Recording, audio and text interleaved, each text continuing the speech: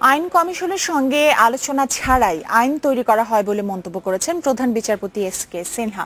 সংবিধানের ১৬ সংশোধনী বাতিলের হাইকোর্টের রায়ের বিরুদ্ধে আপিল শুনানি চলাকালে বুধবার এই মন্তব্য করেছেন প্রধান বিচারপতি। তিনি বলেন, কমিশনকে পাশ কাটিয়ে আইন তৈরি দুঃখজনক। ১৬ সংশোধনী বাতিলের হাইকোর্টের রায়ের বিরুদ্ধে রাষ্ট্রপক্ষের আপিলের ষষ্ঠ দিনের শুনানি শুরু হয় সকালে। প্রধান বিচারপতি ও অ্যাটর্নি জেনারেল দীর্ঘ সময় যুক্তি পাল্টা যুক্তি তুলে ধরেন। বিচারপতি অপসারণ পদ্ধতি নিয়ে ভারত, পাকিস্তান সহ বেশ কয়েকটি দেশের উদাহরণ টানেন প্রধান বিচারপতি। জবাবে অ্যাটর্নি জেনারেল বিচার বিভাগ নিয়ে মানুষের মনোভাব জানতে গণশুনানি করার কথা বলেন। রাষ্ট্রপক্ষের যুক্তিতর্ক উপস্থাপন শেষে বক্তব্য উপস্থাপন শুরু করেন অন্যতম রিটকারী আইনজীবী মঞ্জিল মোর্শেদ।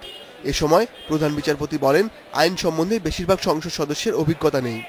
বিচারকদের অপসারণের ক্ষেত্রেও যদি কয়েকজন ক্ষমতাসীনরাই যদি মনে করেন যে তাকে অপসারণ করার জন্য একটা মোশন আনা হবে, তাহলে সেক্ষেত্রে তাদের পার্টিতে যদি সিদ্ধান্ত হয়, তাহলে ওই সিদ্ধান্ত ৫ জনের সিদ্ধান্তের অ্যাগেইনস্টে ৩০০ জন এমপিরও কোনো ভোট দেওয়ার ক্ষমতা থাকবে না। পরে অ্যাটর্নি জেনারেল বলেন, সংবিধান থেকে সামরিক শাসনের চিহ্ন মুছে ফেলতে ৭২-এর মূল সংবিধানে ফিরে যাওয়া দরকার। জুডিশিয়াল রিভিউ চলে যদি মূল সংবিধানের কোনো রকম পরিবর্তন করা হয়।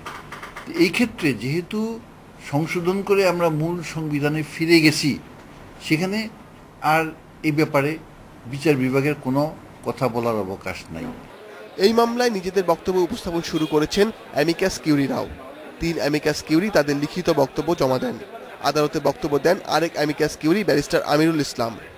পার্লামেন্টের সাথে আমাদের সুপ্রিম কোর্টের কোনো দ্বন্দ্বের অবকাশ নাই। এটা একটা কোঅর্ডিনেটেড, রাষ্ট্রটাই হচ্ছে একটা কোঅর্ডিনেটেড অর্গান। অতএব এটা কেউ কারোর মুখোমুখি নয় এবং কেউ কারোর জন্য সাংঘর্ষিকও নয়। বিচারক অপসারণের ক্ষমতা সংসদের কাছে ফিরিয়ে দিতে সংবিধানের ১৬ সংশোধনী পাশ হয় ২০১৪ সালের ১৭ সেপ্টেম্বর।